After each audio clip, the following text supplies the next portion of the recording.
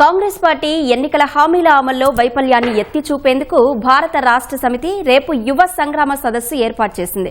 Party యువజన విద్యార్థి విభాగాల ఆధ్వర్యంలో ఏర్పాటు చేసిన సదస్సుకు పోలీసులు మొదట అనుమతి ఇవ్వలేదు.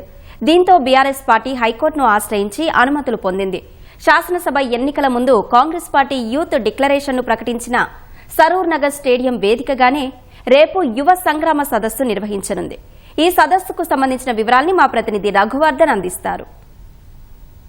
అశ్విని 2023 శాసనసభ ఎన్నికలకు ముందు కాంగ్రెస్ పార్టీ వివిధ వర్గాలకు ఇచ్చిన హామీల అమలును భారత రాష్ట్ర సమితి పార్టీ ప్రధాన ప్రతిపక్షంగా గత 2.5 ఏళ్లుగా వివిధ రూపాల్లో ప్రశ్నిస్తూ వస్తుంది. క్షేత్రస్థాయిలో ప్రశ్నించడంతో పాటు శాసనసభ వేదికగా ప్రశ్నిస్తుంది. ఇదే సమయంలో బాకీ కార్డులు, ధర్నాలు, నిరసన కార్యక్రమాలు కూడా చేపడుతూ వచ్చింది. దాన్ని కొనసాగింపుగానే కాంగ్రెస్ పార్టీ ప్రకటించిన డిక్లరేషన్లకు సంబంధించి కూడా పోరు చేయాలని భారత రాష్ట్ర సమితి నిర్ణయించింది. ఇప్పటికే కాంగ్రెస్ పార్టీ 2023 ఎన్నికలకు ముందు రైతులకు, యూత్, యువజనులకు, ఎస్సీ, ఎస్టీ, బీసీ, మైనార్టీలకు ఇట్లా ఆయా వర్గాల వారీగా డిక్లరేషన్ను వివిధ ప్రాంతాల్లో ప్రకటించింది. దానికి కాంగ్రెస్ పార్టీ అగ్రనేతలు మల్లికార్జున ఖర్గే, సోనియా గాంధీ, రాహుల్ గాంధీ, ప్రియాంక గాంధీ లాంటి వారు హాజరై ఆ డిక్లరేషన్ ప్రకటించిన నేపథ్యంలోనే వాటికి సంబంధించి పోరాటం చేయాలని భారత రాష్ట్ర సమితి నిర్ణయించింది. ఇందులో భాగంగా ఇప్పటికే వరంగల్ వేదికగా గతంలో కాంగ్రెస్ పార్టీ రైతు డిక్లరేషన్ ప్రకటిస్తే అక్కడ రైతు సంగ్రామ సభ నిర్వహించి కాంగ్రెస్ పార్టీ రైతు డిక్లరేషన్లో ప్రకటించిన వాటిని ఏవి కూడా అమలు చేయలేదు, వాటికి సంబంధించిన రైతులను మోసం చేసిందని బీఆర్ఎస్ పార్టీ విమర్శ చేసి ఒక రైతు సంగ్రామ సదస్సును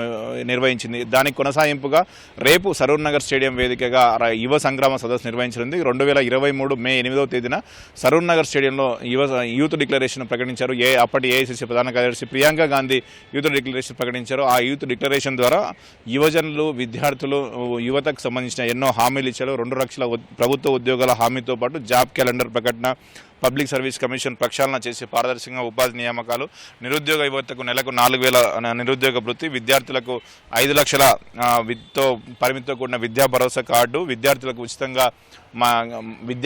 ఉచితంగా ఎలక్ట్రిక్ స్కూటీలతో పాటు వివిధ అంశాలకు సంబంధించి స్టార్టప్లు, క్రీడలు, వివిధ హామీలను యూత్ డిక్లరేషన్లో ప్రకటించారు. వీటిని కూడా పూర్తి స్థాయిలో రాష్ట్ర ప్రభుత్వం అమలు చేయలేదని బీఆర్ఎస్ పార్టీ ఆరోపిస్తుంది. దానికి కొనసాగింపుగానే రేపు యూత్ డిక్లరేషన్ ఎక్కడైతే కాంగ్రెస్ పార్టీ ప్రకటించిందో అదే సరూర్ నగర్ స్టేడియం వేదికగా రేపు యువ సంగ్రామ సదస్సు నిర్వహిస్తోంది. దీనికి సంబంధించి వాస్తవానికి గత కొన్నాళ్ళుగా ఇందుకు సంబంధించిన పోస్టర్ను విడుదల చేయడంతో పాటు ఏర్పాట్లు కూడా చేసిన నేపథ్యంలో పోలీసులు ఇవాళ మధ్యాహ్నం వరకు అనుమతి ఇవ్వకపోవడంతో బీఆర్ఎస్ పార్టీ హైకోర్టును ఆశ్రయించింది. హైకోర్టులో లంచ్ మోషన్ పిటిషన్ దాఖలు చేసి ఆ లంచ్ మోషన్ పిటిషన్ ద్వారా హైకోర్టు నుంచి అనుమతులు పొందింది.